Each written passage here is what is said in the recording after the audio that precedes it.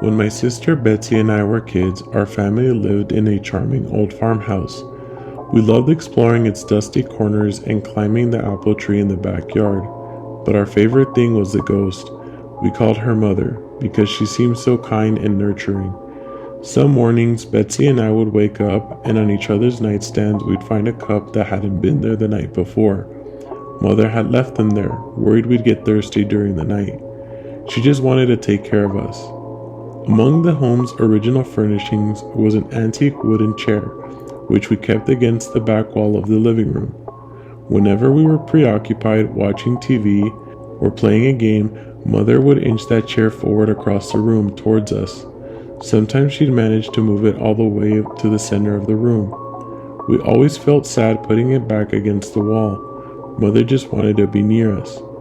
Years later, long after we moved out, I found an old newspaper article about the farmhouse's original occupant, a widow. She'd murder her 2 children by giving them each a cup of poisoned milk. Then she hung herself. The article included a photo of the farmhouse's living room and a woman's body hanging from the beam. Beneath her, knocked over, was an old wooden chair, placed exactly on the center of the room.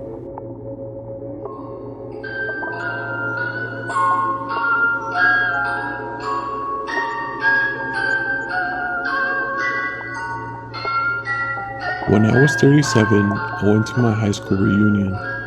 I flew into the nearest airport and rented a car. The distance was about 35 miles through a very rural and almost abandoned part of the country. About 3 miles outside of town, I see someone on the side of the road flagging me down. It turned out it was one of the guys I attended school with, Jim. Jim gets in the car and we start talking. I had not seen him in 20 years, but he still looked the same, maybe a little older. We get to town and I ask him if he wants to come into the VFW and have a drink. He says no, just take me home. Jim's parents had lived only a few blocks from my grandmother's house, and I turned in that direction, but he said to take him in the outskirts of town. There was a mobile home park out there, and I figured that's where he lived. When he reached at the end of the turnoff, he said, just drop me off here. It's good to see you again. And he walks off into the night. I go to the VFW, meet some of my old classmates, and we start to talk. As we're talking about who's coming to the reunion, I mentioned that I just picked up Jim up 3 miles east of town and dropped them off. Everyone gets quiet. Even the guy singing the karaoke lays down the microphone. My cousin went pale. Barb. Jim died on the curb 8 years ago, rolled his car. We were all at his funeral, I was told.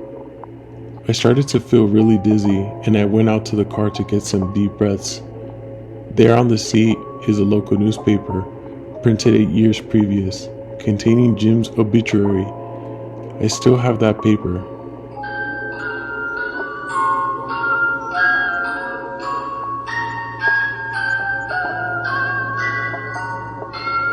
My partner and I were working in a rural community at around 3 a.m. It was pitch black outside and completely quiet.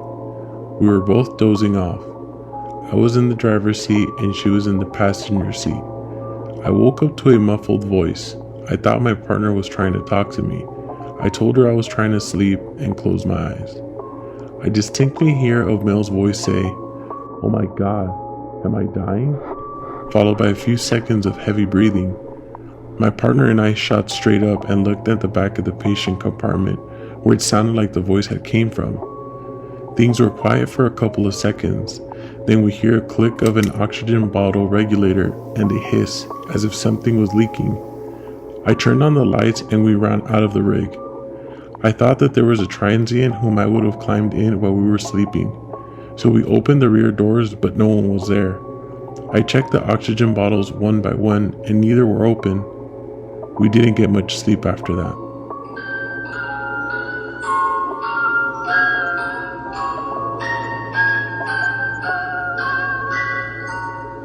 A few years ago, I moved into a one-bedroom apartment in Melbourne, Australia. It was my first time living on my own. The apartment block had been built in the 1930s. I'd been living there for a few months when I went home from work one day and went into the bathroom and saw something strange. A wooden board which had covered a hole in the ceiling that led to a small attic space lay fractured in two pieces on the ground.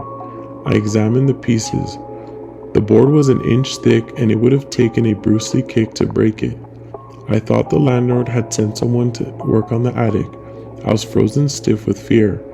Someone is up there for sure, I thought. I emailed the pictures to the landlord, asking if anyone had been there, with an undertone of annoyance since she hadn't warned me. Her reply read, "Please call me as soon as you're able to."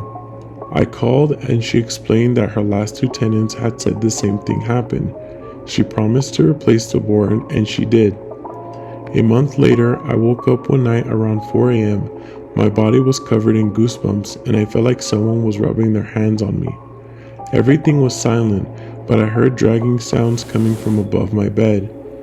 It was as if someone was pulling a heavy bag across the floor. I froze, convinced someone was up there. There was no way an animal could make that sound. After 5 minutes, I worked up the courage to turn on the light and arm myself with the bag and walked into the bathroom. That's when I saw the new board covering the hole was broken in two. I felt sick. The dragging sound had stopped, but I heard something else, whispering. The sound was clear and coming from the attic. It sounded like children's voices, and I could hear one sentence repeated over and over.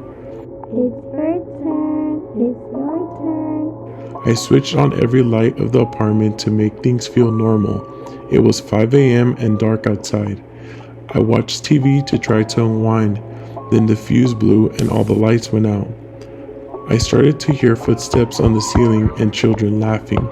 I grabbed my car keys, ran outside, and waited until the sun came up.